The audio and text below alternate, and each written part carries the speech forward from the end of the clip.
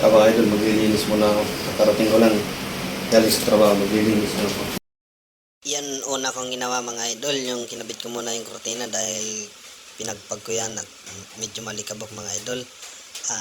Inuuna ko muna dyan yung aking higaan mga idol, yung aking pinakakwarto mga idol. Dahil malikabok at dito nililinis ko yan kasi malikabok talaga. Ayaw ko ng malikabok, yun winalisan ko muna dyan mga idol. Para malinis naman at mapagpag natin yung mga alikabok dyan. Ako'y kakagaling sa trabaho at binaliktad ko na yung higaan ko dahil gusto ko nililinis ko wala yung mga alikama. Yung nililinis ko yan mga idol para walang alikabok. At syempre, baka may mga ipis, inusog ko na rin tong mga lagayan ng damit namin, yung urukan, saka yung mga box na yan. Dito inuurok ko yan kasi yung mga tay-tay yata ng ipis dyan mga idol. Ayaw ko kasi may naamoy ako na parang ay, napakasosyal. Ay mga idol, binabalik ko na dyan yung aking mga pinagtatanggal na kung ano-ano dyan ng mga box.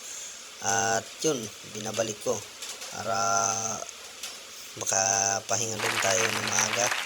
At yung box na malaki ay binalik ko na para makapagpahinga naman tayo ng maaga.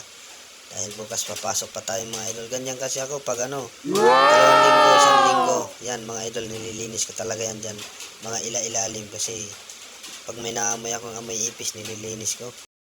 Dito mga idol, binabalik ko na yung aking higaan para mapagpag ko na at para makapagpahinga ko nga ng maaga dahil may pasok pa bukas.